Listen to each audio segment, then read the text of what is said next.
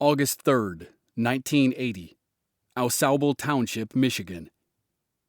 20-year-old Cherita Thomas borrows her friend's car to pick up her daughter from a babysitter, but the vehicle breaks down before she arrives. Witnesses see Cherita climb into a blue pickup truck driven by a white male, but she's never heard from again. Jimmie Allen Nelson, the babysitter's brother-in-law, is suspected of harming Cherita in a racially motivated hate crime. And even though Cherita's body is not found, Nelson is convicted of her murder 3 decades later. However, Nelson's conviction is overturned when new evidence surfaces which reportedly implicates another suspect. But no one is charged with the crime, and Cherita remains a missing person. After that, the trail went cold.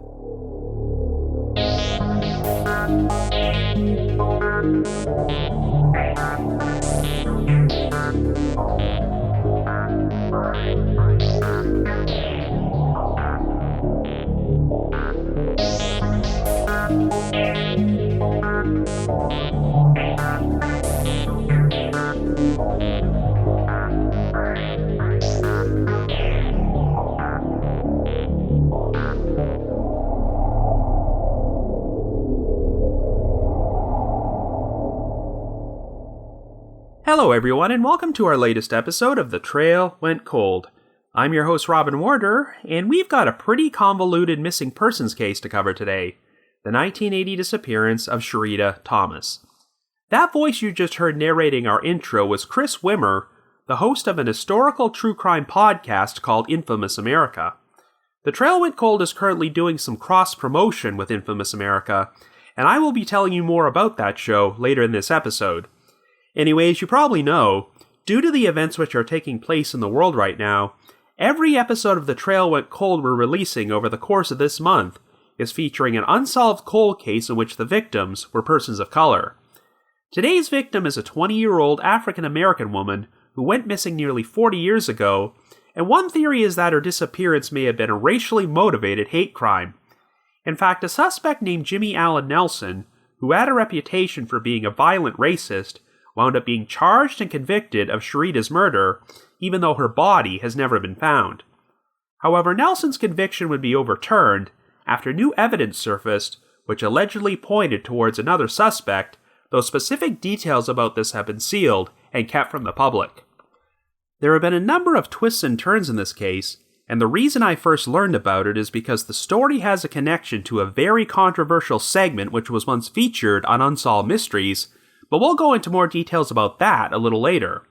At the time of this recording, we are only a few weeks away from the 40th anniversary of Cherita's disappearance, so I thought it would be a good time to cover it on this episode. Anyway, before we get started, just a quick reminder that The Trail Went Cold is a weekly podcast, which is currently available for download on several platforms, including Apple Podcasts, Stitcher, Google Play Music, and Spotify. So if you like this podcast, be sure to subscribe to it, and please leave us a rating or review on any of those sites to help spread the word. The Trail Went Cold is on Patreon, so if you would like to learn how to support the show, please visit our page at patreon.com/thetrailwentcold. For as little as $1 a month, you can garner access to exclusive rewards, which may include stickers and thank you cards, early access to episodes, and bonus content. So with all that out of the way, let us now delve into the unsolved disappearance of Cherita Thomas.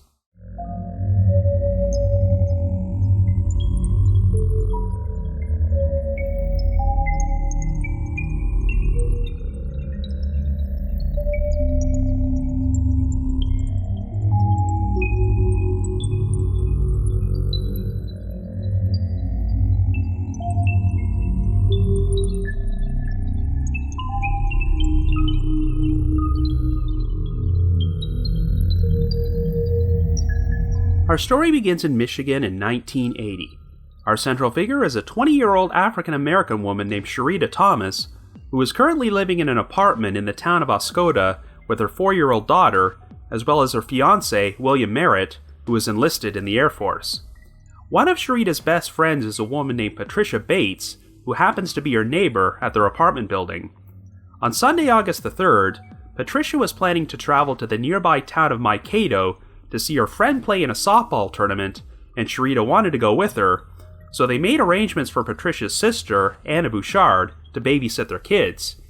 The two women, along with Cherita's daughter and Patricia's two children, climbed into Patricia's car, an AMC Matador, and traveled to AuSable Township to drop off the children with Anna. They stopped off at Wurtsmith Air Force Base so Cherita could borrow some money from her fiancé William before driving to the Hilltop Bar in Oscoda for a drink.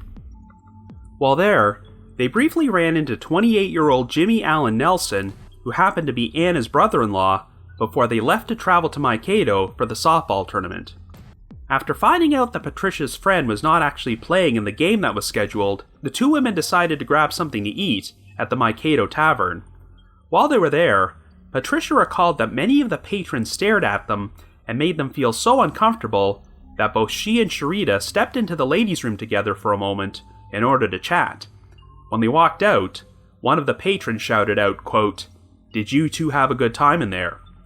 This prompted Cherita and Patricia to leave the tavern, and while they were doing so, the bartender told them not to come back. They finally went to see the softball tournament, and after it concluded, the team that Patricia's friend played on went to the Mankato Tavern for drinks, and in spite of the uncomfortable situation from earlier, Cherita and Patricia accompanied them. However, Cherita wanted to leave so she could be back home before her fiancé returned from work. Since Patricia wanted to stay out later, she agreed to let Cherita borrow her car and drive home on her own. She also drew up a map to Anna's place in AuSable Township so that Cherita could drive there and pick up the children before returning to their apartment building in Oscoda. Cherita left Mankato in Patricia's Matador, and after spending a couple more hours at the tavern, Patricia returned to her apartment at around 2:30 a.m. However, she was surprised to discover that the Matador was not parked there, and after phoning Anna, she learned that Cherita had never shown up to pick up the children. Patricia then spoke to Cherita's fiancé William at their apartment, who told her that Cherita had not yet arrived and he had no idea where she was. They subsequently contacted the Oscoda Township Police Department to report Cherita missing, but it wasn't long before they informed Patricia that her abandoned Matador had been discovered on Sunset Street in AuSable Township, only 2 blocks away from Anna's residence. There was no trace of Cherita, and even though the vehicle's keys were missing, Cherita's apartment keys, cigarettes, and the map to Anna's place Patricia had drawn were still inside. The Matador had broken down because of a leaky radiator, and it wasn't long before police were able to retrace the steps to figure out how the car got there. The previous evening, Cherita had been traveling through Oscoda when steam started leaking from the Matador's hood, and it broke down at an intersection. A trio of teenage boys stopped to help her and discovered the leak in the radiator, so they refilled it with water and put some duct tape over the hose as a temporary solution. While this was going on, the teens claimed that a man driving a blue pickup truck passed by and gave them an obscene gesture. Cherita got back into the Matador and drove away, but the radiator evidently broke down again when she was driving down Sunset Street in AuSable Township. An eyewitness would claim he saw steam leaking from the hood while Cherita walked down the street away from the vehicle. However, she returned to the scene a short time later in a blue Ford pickup truck being driven by a white male. Another eyewitness would later say they thought they might have seen a third person inside the truck, but could not be sure. After making an unsuccessful attempt to start the Matador again, Cherita and the man climbed back into the truck before it drove away at around 11:15 p.m. And unfortunately, this would turn out to be the last time Cherita was confirmed to be alive. A search effort was launched for Cherita, but it wasn't long before investigators focused on a potential suspect, Anna Bouchard's brother-in-law, Jimmie Allen Nelson. As you recall, Cherita and Patricia had briefly bumped into Jimmie at the Hilltop Bar several hours before Cherita vanished. While Jimmie participated in the initial search effort for her, he first drew the attention of investigators 1 week after Cherita went missing, when a woman came forward and accused Jimmie of sexually molesting her, and also said that he was a violent racist. Indeed, a number of other people would back the allegations that Jimmie often expressed his dislike for African American people, including the bartender at the Hilltop, who claimed that Jimmie freely used the N-word and once told her, quote, "The only good N-word is a dead one."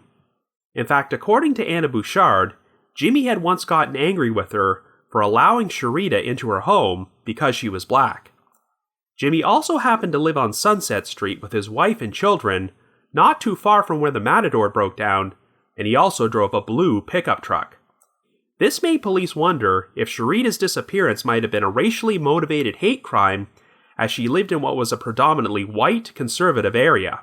Since the case was looked at as a potential hate crime, the FBI would be brought in to assist with the investigation. When Jimmie was questioned, he did admit to owning 2 pickup trucks, one of which was a blue Ford brand, while the other was red and orange, but he said his wife was borrowing the blue one at that time. In the end, police never did get a chance to search Jimmie's blue pickup truck because their investigation soon turned towards another promising suspect. On August the 13th, a man named Grant Goddard broke into a wealthy family's vacation residence in Alcona County, Michigan, alongside his son Kenneth, in order to perform a burglary. However, they crossed paths with the property's caretaker, George Wismiller, and wound up fatally shooting him, and while Kenneth Goddard was eventually convicted of Wismiller's murder, father and son would accuse each other of pulling the trigger. At the time, Grant Goddard was already a wanted fugitive on federal charges, and investigators would look into some possible links with Cherita's case. Goddard could be placed in the area around the approximate time period Cherita went missing. He owned a blue pickup truck, and he seemed to have a stronger resemblance to the unidentified white male driver than Jimmie Nelson. Months later, Goddard's truck was found abandoned and stripped down in a national forest near Oscoda. And when Kenneth Goddard was charged with George Wismiller's murder, he told investigators that his father was involved in Cherita's disappearance.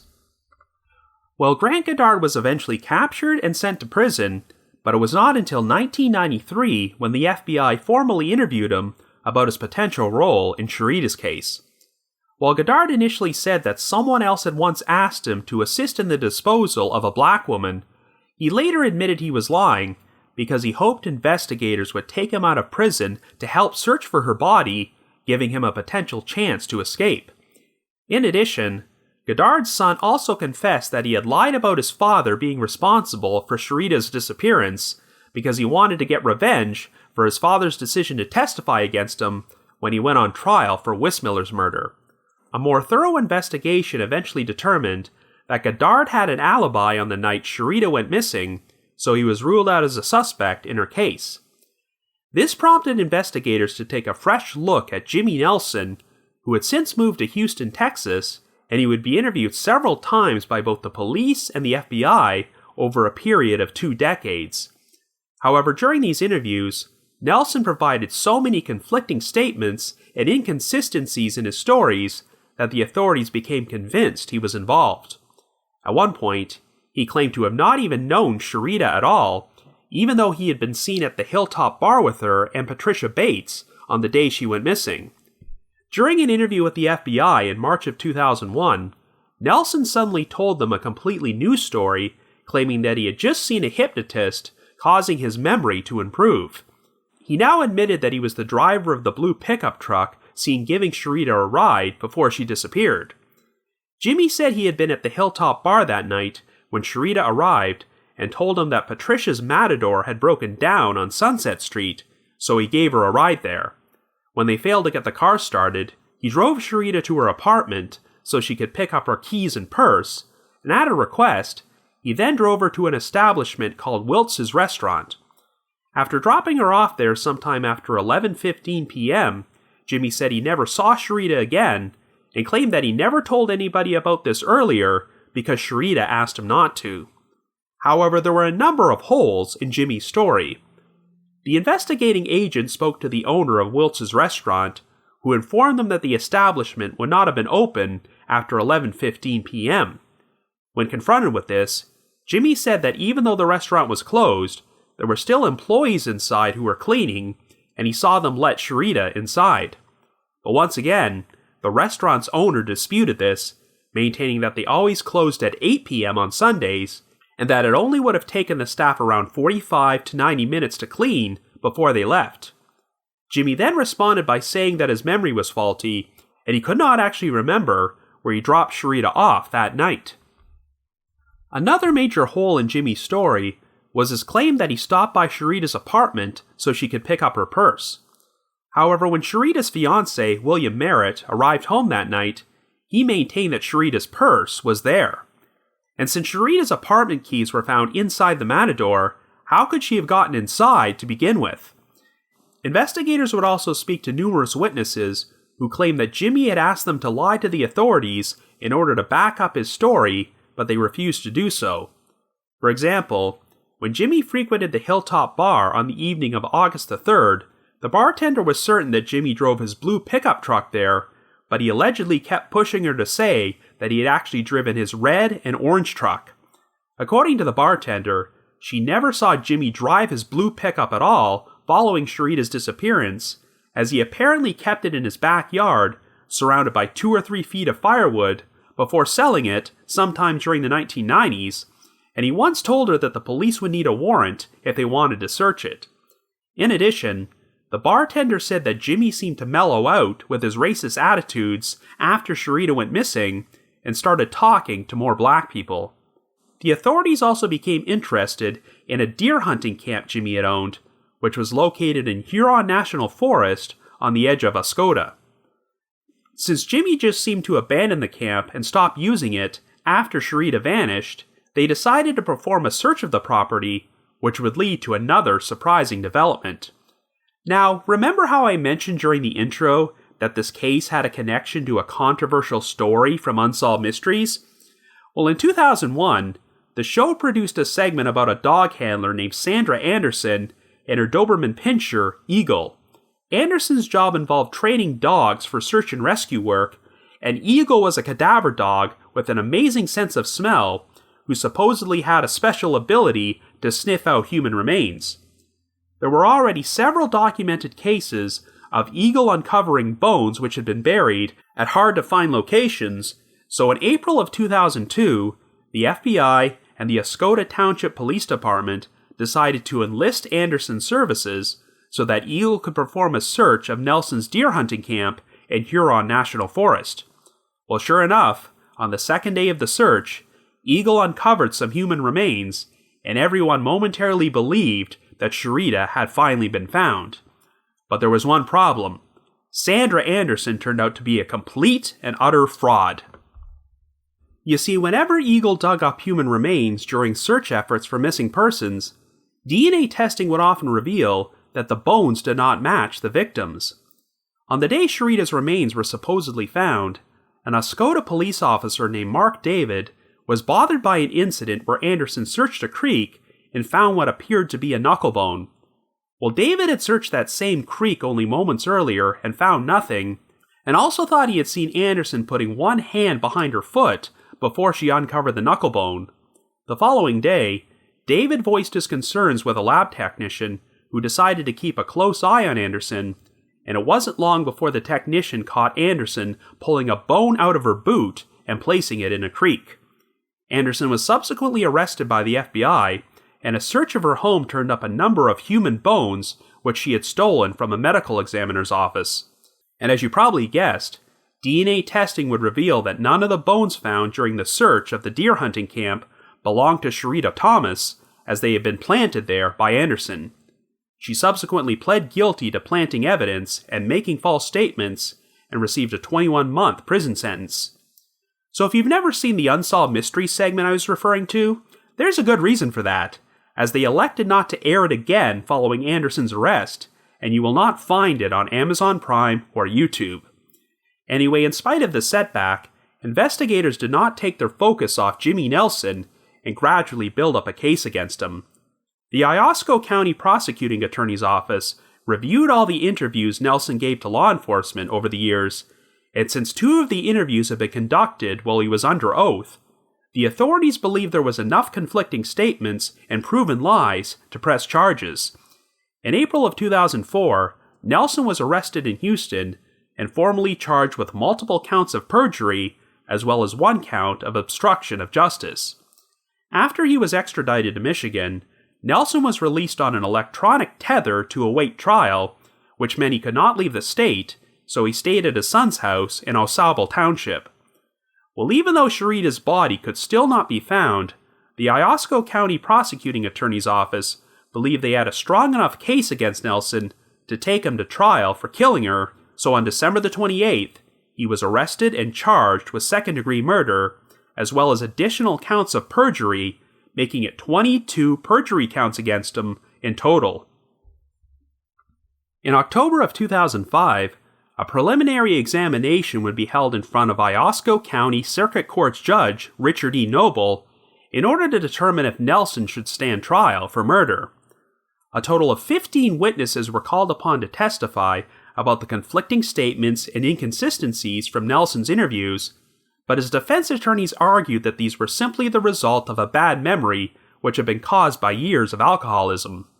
Since Jimmie had been interviewed several times by many different investigators over a 21-year period, his defense team believed he was very suggestible, and that since he did not have a clear memory of what happened at the time Cherita went missing, Jimmie was simply repeating what other people had told him over the years, which is what caused the inconsistencies in his stories. Well, Judge Noble ultimately believed that there was just not enough evidence to conclusively prove that Jimmie killed Cherita, so the second-degree murder charge was dismissed, as well as 9 of the perjury charges against him. In spite of this, Jimmie would have to stand trial for the remaining counts of perjury, as well as the obstruction of justice charge, and if convicted on all counts, he could potentially face a maximum sentence of 20 years in prison. The trial took place in October of 2006, and in the end, the jury found Nelson guilty on 5 counts of perjury and 1 count of obstruction of justice, but acquitted him of the 8 remaining perjury charges.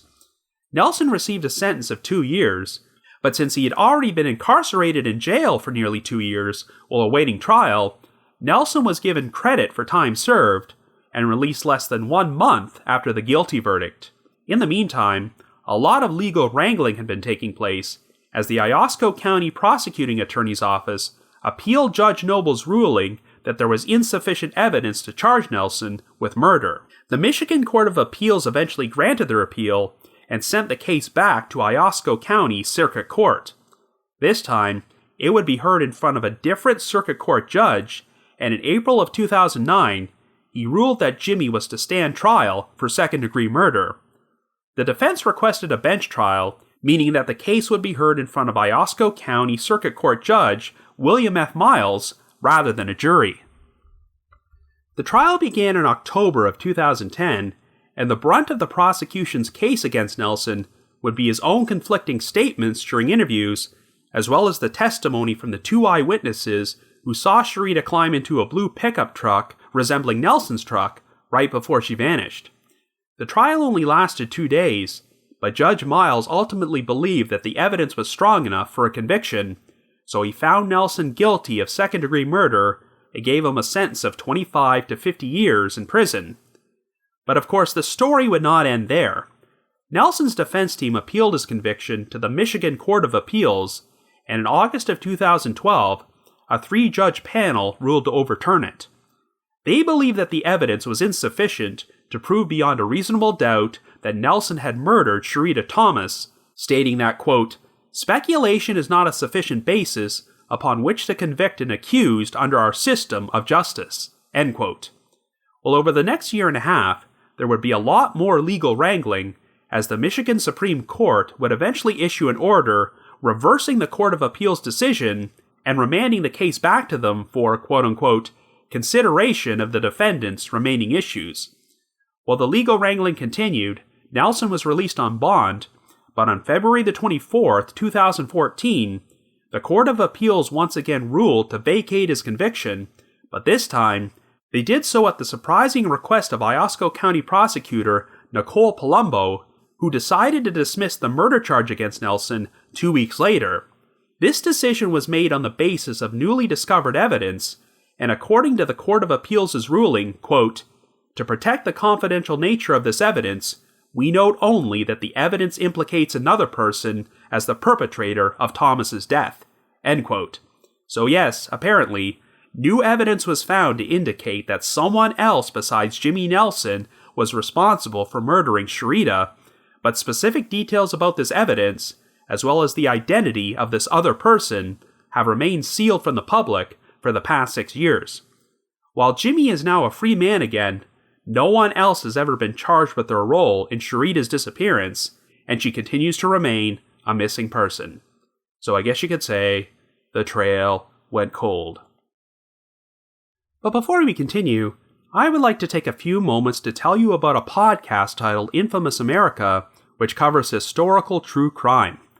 Hosted by Chris Wimmer, the man you heard narrating the opening of today's episode, this podcast takes you on a journey through the wildest and darkest chapters of American history, from the Salem witch trials, to the gangsters of the 1930s, to Alcatraz, to the Black Sox scandal from the 1919 World Series, which as a baseball fan, is a story I'm particularly obsessed with. Each season of the show takes a deep dive into an infamous person or event in American history. And this month, July of 2020, they've just launched their newest season, covering a story that I'm sure virtually all of you are familiar with. This season is the big one, as it features what is the only unsolved airplane hijacking in American history and one of the most famous unsolved mysteries of all time. That's right, it's the story of the one and only D.B. Cooper. If you're listening to The Trail Went Cold, then I'm sure you know who that is, and Infamous America is providing an all-new, in-depth look into this case, and it's available for your listening pleasure right now. So be sure to subscribe to Infamous America on Apple Podcasts, Spotify, or wherever you're listening. Thank you, and enjoy the rest of this episode.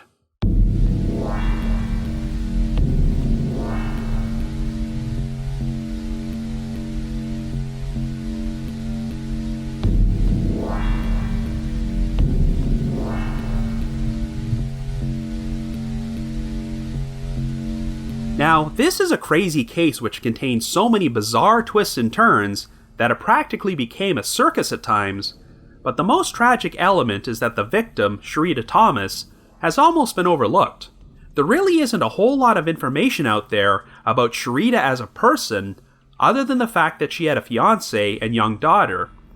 Given that Cherita was only 20 years old and had a daughter who was 4, she obviously had her child at a very young age, but not much is known about her background. I know that her fiancé, William Merritt, went on to raise Cherita's daughter after she went missing, but it's still not even 100% clear to me if William was the biological father. And the only photograph I could find of Cherita online was a very small, blurry one, and it always saddens me when I research older missing persons cases and there are so few available pictures of the victim. As the years went on, it seems like this story became more about Cherita's alleged killer, Jimmie Allen Nelson, and whether or not he was actually guilty of the crime. Now truthfully, under normal circumstances, I would be inclined to believe that Jimmie was responsible for Cherita's disappearance, as his constantly changing stories are a huge red flag. But at the same time, I can't really dispute the numerous decisions which have been made to dismiss or overturn murder charges against him, because technically, there is no direct evidence that a crime was even committed here. Quite frankly, I am a bit surprised that Jimmie was even convicted of second-degree murder, because his defense team had requested a bench trial rather than a jury trial. On one hand, asking for a bench trial can be a huge risk, because if the judge comes back with a guilty verdict, it can be a major uphill battle getting an appeals court to undermine a judge's decision by overturning the conviction. But on the other hand, if the prosecution's case is not all that strong, then a bench trial might be the best option. While a jury can sometimes let their emotions and gut feelings influence their verdict and convict a defendant just because they think they look guilty, a judge is going to weigh the facts and the evidence and look at everything objectively. It appears that even without a body or any physical evidence, Judge William F. Miles still believed the case against Nelson was strong enough to find him guilty beyond a reasonable doubt, but obviously, the Michigan Court of Appeals disagreed. But of course, the revelation that newly discovered evidence now points to another person being responsible has thrown everything for a loop. Like I mentioned earlier, even if I did not believe the evidence against Nelson was strong enough to convict him of murder, I still would have leaned towards him being guilty were it not for that statement about the newly discovered evidence. Unfortunately, since this evidence has been sealed from the public, there's not much I can really say about it, but it was apparently compelling enough that even the Iosco County prosecutor requested that the Court of Appeals vacate Nelson's conviction, which is pretty out of the ordinary. Whenever a conviction is overturned, the state will often keep up the facade that the defendant is still guilty unless there's some very conclusive exculpatory evidence, such as DNA testing. Here, it sounds like new evidence pointing to another individual was strong enough to convince the state that Nelson was innocent, but at the same time, it has not led to this other suspect being charged with the crime. However, let's start from the very beginning. Even if Jimmie Nelson was actually innocent of this crime, it does not sound like he was a very nice man, as numerous witnesses have reported him exhibiting racist behavior, which is why it was compelling to believe that Cherita's disappearance might have been a hate crime. In fact, even if Jimmie himself wasn't responsible, it's possible that racism still could have been the primary motive for what happened to her. After all, she was an African American woman living in a predominantly white community, and even though it might not have any connection to her disappearance at all, I think it's important to talk about the uncomfortable incident when Cherita and Patricia went to grab something to eat at the Mikado Tavern. As you recall, Patricia claimed that the patrons kept staring at them and made them feel uncomfortable, and when they left, the bartender told them not to come back. It's not clear why everyone in the bar acted this way, but I'm willing to infer that perhaps they were not too happy about having a black woman inside their establishment. And since one of the patrons harassed the two women for going into the ladies' room together, they may have had an issue with their interracial friendship. In spite of this, Cherita and Patricia returned to the tavern later that night, but that might have been because Patricia's friend and their entire softball team was with them, which made them feel safer. But I get the impression that Cherita was still uncomfortable to be back there, which might have inspired her decision to borrow Patricia's car and drive home by herself.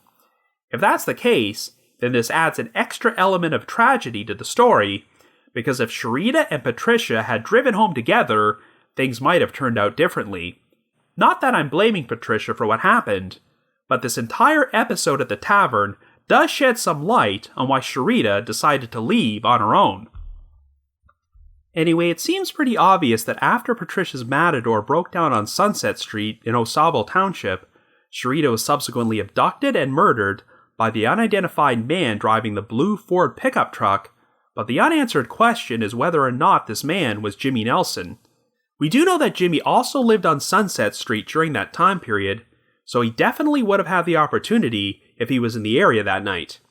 However, it's worth noting that when the Matador previously broke down in Oscoda, the teenage boys who stopped to tape up the radiator claimed they saw a man drive by in a blue pickup truck and give them an obscene gesture. So could this have been the same driver who picked up Cherita? Well, Oscoda is about 4 miles from AuSable Township, so if the driver set their sights on Cherita at that moment, they would have had to follow her until the Matador broke down again on Sunset Street. I know that Jimmie told many different conflicting stories about his whereabouts that night, but he did often place himself at the Hilltop Bar, so he very well could have been in Oscoda when Cherita first developed car trouble. We have at least 2 eyewitnesses who saw Cherita with the white male in the pickup truck on Sunset Street, and one of them said it looked like the man and woman knew each other, which is why you could infer he was Jimmie. Now, one of the constantly changing stories Jimmie shared while he was being interviewed by law enforcement is that he was drinking at the Hilltop Bar when Cherita showed up to inform him about her car trouble, so he drove her to the stalled vehicle. However, the timeline really doesn't match up here. According to one of the eyewitnesses from Sunset Street, Cherita walked away from the Matador and returned a short time later in the pickup truck. While it's unclear how much exact time passed, like I just mentioned, Oscoda is about 4 miles from AuSable Township, and there's no way Cherita walked that entire distance on foot to the Hilltop Bar. Whoever the driver of that pickup truck was, it's clear they were already in AuSable Township near Sunset Street when the Matador broke down. Now, the reason Jimmie first popped up on the radar as a potential suspect because another woman went to the police and accused him of sexually molesting her. I've been unable to find out how that particular episode turned out, but I'm guessing he was never charged with the sexual assault. The main reason investigators stopped focusing on Jimmie as a suspect for a while was because they started looking into Grant Goddard, who was already a federal fugitive and involved in another murder at that time. There were compelling reasons to suspect him, as he could be placed in the area around the time Cherita went missing. He drove a blue pickup truck around that time period, which was later found stripped and abandoned, and he apparently bore a closer resemblance to the unidentified pickup driver than Jimmie Nelson did. In the end, the FBI ultimately eliminated Goddard as a suspect because he had an alibi, but unfortunately, there are no specific details about this alibi, only that it was apparently strong enough to rule him out. Ordinarily, I would have probably just taken their word for it and believed Goddard was not involved, but the fact that this newly discovered evidence pointed towards another person besides Nelson has made me do a double take. Could investigators have missed something about Goddard the first time around, and now believe he was the most likely perpetrator? Well, there are many good reasons to withhold the name of this individual from the public, but Goddard is a convicted felon, and was already named as a potential suspect in the past, so I am inclined to believe that this person is someone whose name has never been mentioned before. Of course, the other big complication in this case were the fraudulent practices of Sandra Anderson, who attempted to plant human remains at Jimmie Nelson's deer hunting camp for her cadaver-sniffing dog Eagle to find. And unfortunately, for a day or two, she gave the investigators and Cherita's loved ones the false hope that her remains had finally been found. I would really love to go on a lengthy rant against Sandra Anderson, but I don't want to get too sidetracked from this story. However, it should be mentioned that Anderson was discovered to have planted human bones during search efforts in a number of different cases, so I wouldn't say she did it here because she had a personal attachment to Cherita's case and wanted to frame Jimmie Nelson.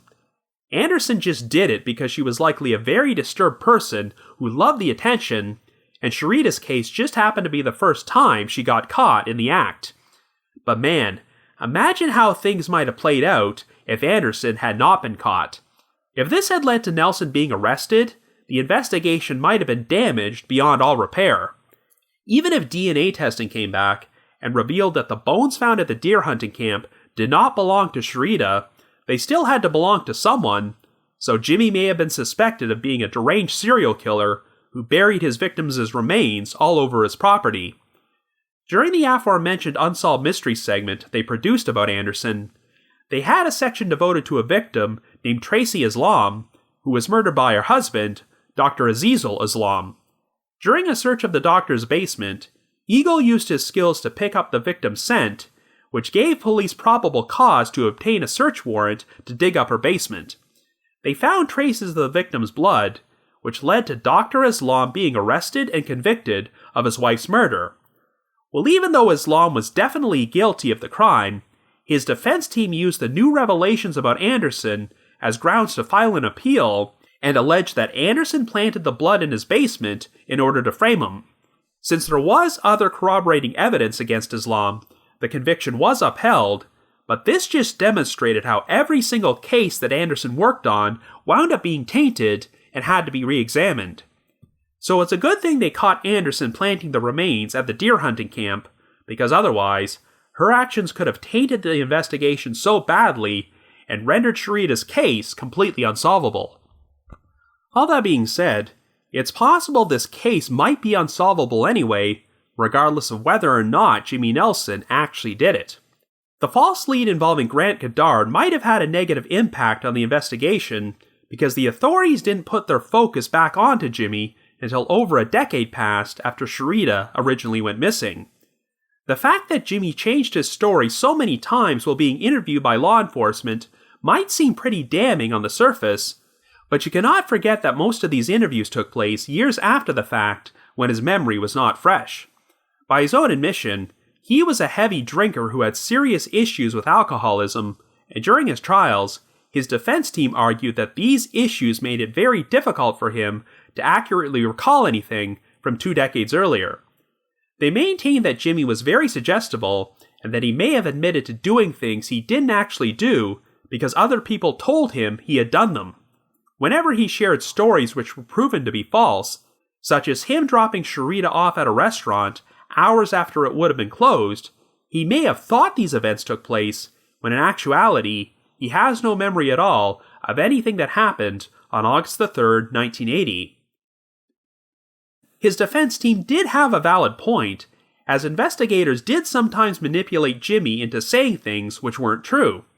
For instance, at one point, the FBI told Jimmie that his fingerprints had been found in the abandoned Matador, which caused him to doubt his own story and come up with an explanation for it, when in actuality, the FBI was lying and his fingerprints were not found at all. We also cannot forget that in addition to the second-degree murder charge, Jimmie was also charged with 22 counts of perjury and 1 count of obstruction of justice. This adds additional confusion to the case, because 9 of those perjury counts were dismissed by a circuit court judge before Jimmie even went on trial, and when the trial finally happened, a jury found Jimmie guilty of obstruction of justice and on 5 of the perjury counts, but they acquitted him on the remaining 8 perjury charges. Unfortunately, I'm not privy to the specific details of each of these perjury counts, so I have no idea what compelled the jury to reach this verdict, but the impression seems to be that they thought Jimmie had been proven beyond a reasonable doubt to be lying on some things, but not others. But how do you make the distinction between a person who's intentionally lying or a person who's simply getting things wrong because of a faulty memory? I mean, it would be one thing if there was other corroborating evidence against Jimmie besides his conflicting statements and testimony from other eyewitnesses who claim that he lied, but that was pretty much the crux of the entire case against him at his murder trial. When you have a hard enough time getting a conviction on most of the perjury charges against him, how do you prove beyond a reasonable doubt that he killed someone? There was no body, no physical evidence, and while there were eyewitnesses who saw Cherita climbing into a blue pickup truck with a white male, it does not sound like they were able to positively identify this guy as Jimmie. And even if Jimmie was the white male who picked up Cherita, that does not prove he killed her. I guess there's also a matter of whether or not Cherita would have willingly climbed inside a truck with him to begin with. The first time the Matador broke down that night, the 3 teenagers who pulled over to help Cherita claimed that she refused their offer to give her a ride, which is why they attempted to tape up the radiator instead. So if she didn't want to accept a ride with them, why did she accept a ride with the pickup truck driver? After all, she was only 2 blocks away from Anna Bouchard's house, so she could have just walked the rest of the way there to call for help. Since she ran into Jimmie at the Hilltop Bar earlier that day, Cherita obviously knew him personally, and he was Anna's brother-in-law, so that might explain why she was willing to hitch a ride with him. On the other hand, Jimmie did have a reputation for being a racist, but perhaps Cherita had never seen that side of him and did not know that at the time. But if Jimmie wanted to commit a hate crime, having an African-American woman climb into his truck would have been the perfect opportunity. Once again, on the surface, all signs do point to Jimmie being the most likely perpetrator, yet they apparently found new evidence pointing to someone else. So who could this other person be? Well, during the original investigation, police apparently looked into a sex offender living in the area who also drove a blue pickup truck, though there's no further information available about him. It is possible that Cherita was simply in the wrong place at the wrong time and accepted a ride from a random predator. Also, one of the eyewitnesses thought they might have seen an additional person inside the truck when Cherita was picked up, so it's possible that 2 people might have been involved. I'm sure the authorities have their reasons for keeping the identity of the alternate suspect and the evidence against them sealed, but the murder charge against Jimmie was officially dismissed in 2014, and as far as I can tell, there hasn't been any further movement on this case at all during the past 6 years. Unless some additional information comes out about the alternate suspect, this case might be destined to remain an unsolved mystery. It's possible the suspect might already be dead by now or incarcerated for another crime, but the evidence against them isn't strong enough to publicly reveal their name. Whatever the case, this whole thing is a major tragedy because not only have Cherita's family not received any justice, but they have still never recovered her body. So if you happen to have any information on the unsolved disappearance of Cherita Thomas, please contact the appropriate authorities. But if you just have your own thoughts about what happened, feel free to leave me a comment or send me an email to robin.warder@icloud.com. That's robin.warder@icloud.com. Anyway, another special thanks to Chris Swimmer for doing such a great job at narrating our opening, and I highly recommend you check out his podcast, Infamous America, which has released an all-new season about D.B. Cooper this month. Also, another reminder that The Trail Went Cold is on Patreon, so please visit patreon.com/thetrailwentcold to learn how you can support our podcast and become eligible for some pretty neat rewards. We produced a bunch of exclusive bonus episodes for our patrons in tiers 2 and 3, and this past month, we released an episode on a final appeal case from Unsolved Mysteries about the controversial conviction of Steve Shores, a young resident from Chicago's South Side who served time in prison for the murder of a security guard, but maintained that he was framed by the real killers. And for our patrons in Tier 3, I've also recorded another new audio commentary track, which can be played over a classic episode of Unsolved Mysteries. So to learn more information, feel free to visit our Patreon page. I'd also like to give a shout out to our most recent listeners who have signed up with us on Patreon this week, and they are Marianne B., Heather B., Carrie K., Danny, and Robert S. Thank you all so much for your support. And before I bring this episode to a close, I have another important announcement. You might recall that last month, I announced I was going to be participating in an all-day podcast-a-thon on the streaming platform Get Vocal, in which a number of prominent podcasters, including myself, would host their own individual live stream sessions in order to raise money for Tawny Plattis, a fellow podcaster who tragically lost her husband last year.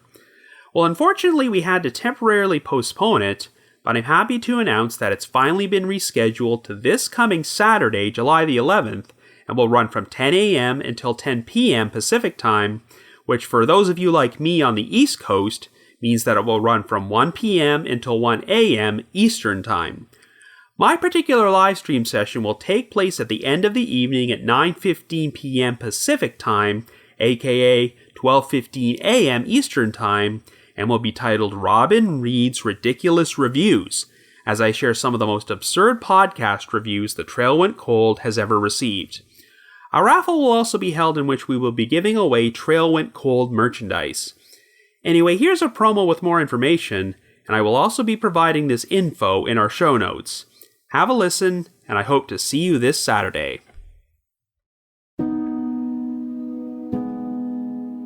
We have all experienced loss or know someone who has. Unfortunately, some can relate to losing a spouse with chronic health concerns. On November 8, 2019, George Plattis, one half of the dynamic duo of the Dirty Bits podcast, lost his battle with multiple illnesses. His widow, Tawny, now must pick up the pieces left behind. Join us on Saturday, June 6, on the Get Vocal platform as various podcasters host a podcast-a-thon to support Tawny and the expenses she's incurred as a result of her loss. Let's show her what this community is made of. As a participant, you will have the opportunity to bid on merch packs and even a private Zoom call with some of your favorite podcasters. Best of all, you get to help someone in need. We hope we can count on you to be there. A link for the GoFundMe and more information about the podcast-a-thon will be found in the show notes below. I also just wanted to give another shout out to my supporters at the Unsolved Mysteries message board at the Sitcoms Online forum and the Unresolved Mysteries subreddit. I need to provide a big thanks to McGill Foote, who edits and assembles this podcast together for me, and Vince Nitro, who composes the eerie music you hear on every episode. If you haven't already, you can like us on Facebook, follow us on Twitter, or leave us a rating or review on Apple Podcasts, Stitcher, Google Play Music, or Spotify. So have yourself a good week, and join us next Wednesday for another brand new episode of The Trail Went Cold.